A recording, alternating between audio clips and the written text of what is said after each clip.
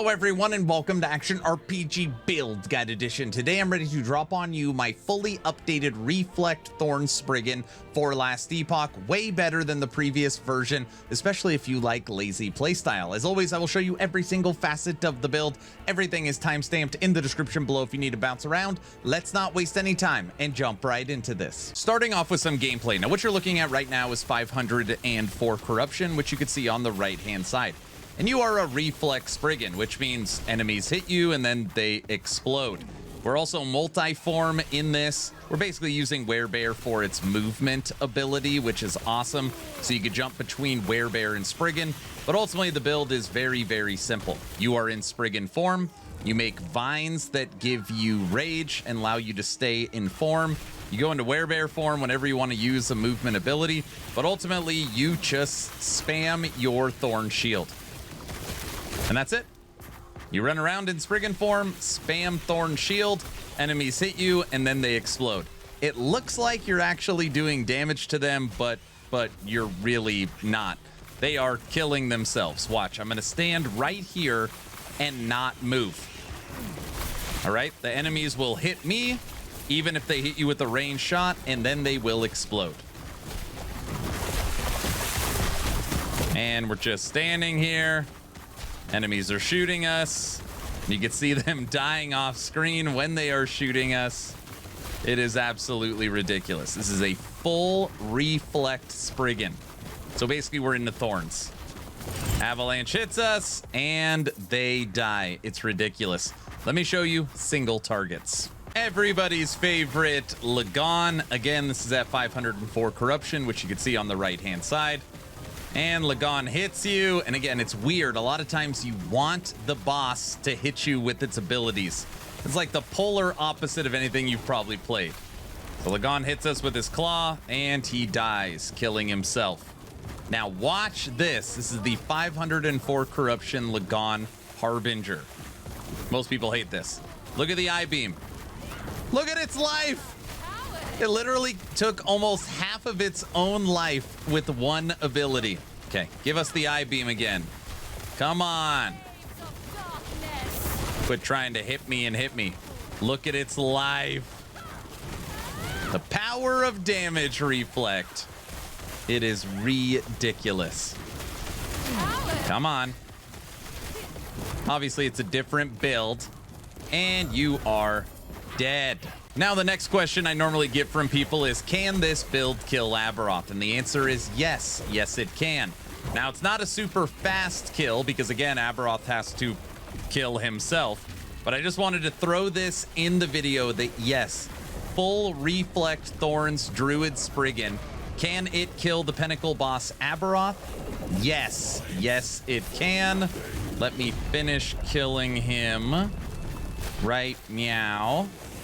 And Aberoth, you are dead. So weird, I needed to jump into his little fire attack. Let me show you how to recreate this build. So now let's break down the skills, and I'll try to direct you on what nodes you want to take first, starting with Spriggan Form. Now, you don't care about anything about the bottom left of this tree, because you are a full reflect build. Now, the first thing you want to do is actually come down and snag this node right here, Briar Shell. Thorn Shield reflects additional flat damage to attackers at 150, and you are going to stack this like crazy. If you actually look at the character sheet, we broke 180,000 reflect damage on this build. This is how we were able to scale it so much higher than the previous version. So you want to take Briar Shell. You then want to come over and make sure you could trigger Maelstrom through Glacial Grove. You're then going to come over here, boost your armor, boost your recast chance, and make sure that it targets only you.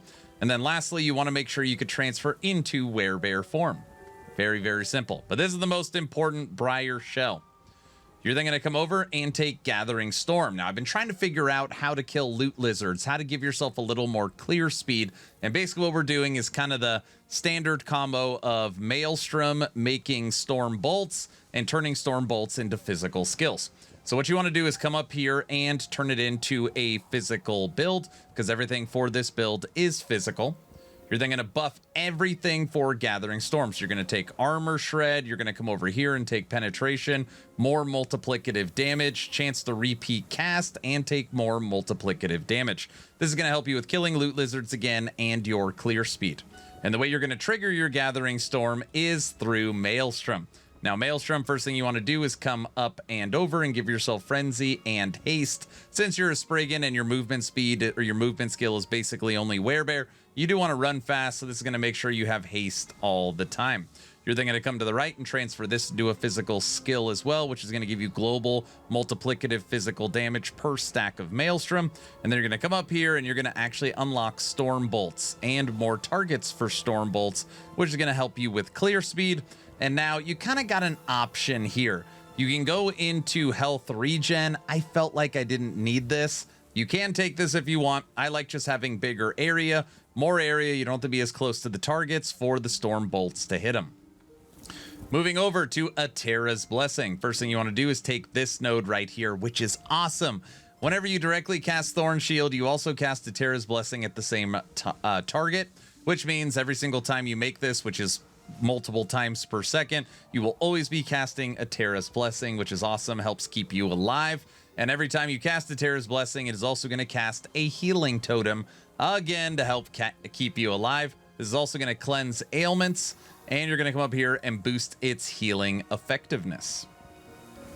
Last but not least, Werebear Form. Now, I want to be clear. Technically, your 5th skill, you could pick whatever you want. If you don't like Werebear Form, you can go into Spriggan. This is what I used to use, but I'm just so sick of the Spriggan dying at high corruption. Kind of turns the gameplay loop into your Spriggan dies, enemies attack the Spriggan and not you, so which means they're not getting hit with Thorns, that I just axe the whole companion. You can take the companion if you want. I actually like using Werebear, and what I do is boost the speed of your Werebear when it's rampaging, and it gives you a ton of endurance threshold. It's going to give you a bonus to your spells. It's going to shred armor, and it has multiplicative damage on it as well. But ultimately, I use Werebear as a movement skill. Those are the skills. So now let's break down the passives. At time of recording, I am level 100, so we have all of our passive points, and we're going to start at the base tree. We want as much attunement as we can get, so we're taking natural attunement with resistance, health, strength, extra life, and cornered beast. You're getting hit all the time, so you do want to get as much DR as you can. Moving over to the Beastmaster tree, we're taking more damage reduction, and we're taking Aspect of the Boar for, again, more damage reduction. We want to stay alive. Moving over to Druid, which is our mastery. We went into Endurance, Armor, Extra Life, and Mana, more attunement. Extra Thorns, this is really the only node on the entire tree that gives Thorns. Decay rate while you're in form. Cast speed, this is a cast speed build, so you want as much cast speed as possible to actually trigger those Thorn shields. Attunement, we only put 7 points in here, because believe it or not, after testing, we do not want critical strike avoidance. No more critical strike avoidance on this build. You want to actually take the crit so that that damage is reflected back to the attacker. What you want is reduce bonus damage from critical strikes. We are then boosting our health regen, mana regen, and base health, and then 10 points into hide skin. The remaining 20 points go over into shaman. You want more attunement. You want cast speed with a totem. This is going to trigger all the time because you are making a healing totem every time you make your thorn shield. You're boosting attunement, and then if you want to move points around, if you need endurance, you could put 4 points right here. If you need the endurance, this will give you more health regen and help you with your endurance. The only place you could really get these points is if you want to remove them from Cornered Beast. I didn't need the endurance points, so I left it right here. Those are the passives. Moving over to Last Epoch tools, where I'm going to break down the blessings, idols, and gear, starting with blessings. Now, this is what I'm currently using. Void resistance, all resistance, endurance, physical resistance, and health regen. So no offensive blessings whatsoever. And of course, you could always switch out the blessings based upon your gear.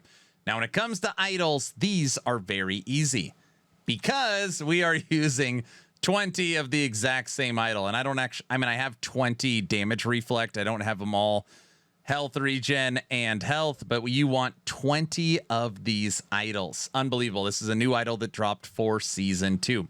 Increase health regen, flat health, and damage reflect. Very, very good idol. Very good idol. Okay. Moving over to gear. Now, I don't want to lie to you, all right? When you are playing full reflect, this is probably one of the most gear-intensive builds there is. And that's because there's just not a whole lot of support for it.